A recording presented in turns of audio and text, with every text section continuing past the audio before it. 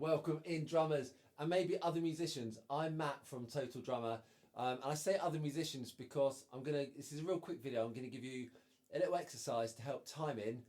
For drummers, this is obviously a big thing, but all musicians should be working on their timing. So this is relevant to people that play any instrument. So what I notice a lot with drummers is people are more aware that they need to play with a click these days. So it starts young. People are kind of on it with that. However, I find a lot of people need at least a quarter note click, and they often turn it up really loud, so it's hammering in their head. Sometimes people want an eighth note click as well. They're just relying on it too much. And what we need to do is build up our internal metronome as well. So we just develop a really good natural sense of time. So if we create longer spaces between the clicks, that just helps us get better with our timing, right? There's a lot more space between each click.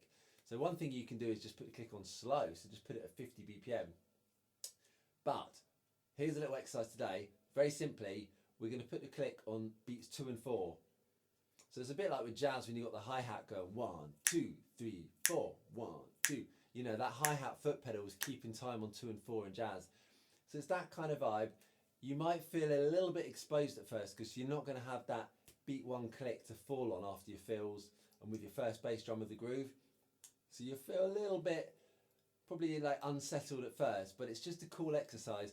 And you can slow it right down. I mean, even if you go at 100 BPM, your click is now effectively at 50 BPM. It's playing on every other beat. Okay, so it's just super simple, super fun. Try it.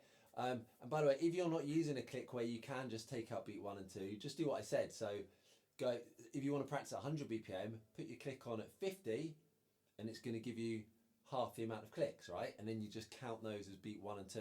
So if it's going,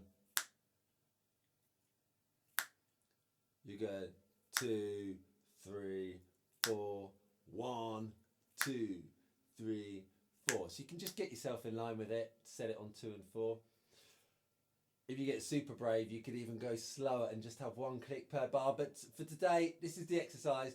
Clicks on just 2 and 4. Start off with a simple groove. Just try and get comfortable with that.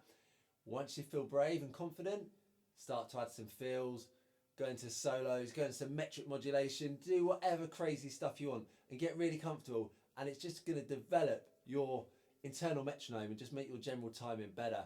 Have fun. I'm going to muck around with the click on 2 and 4 now so you can laugh at me for a bit. See you later.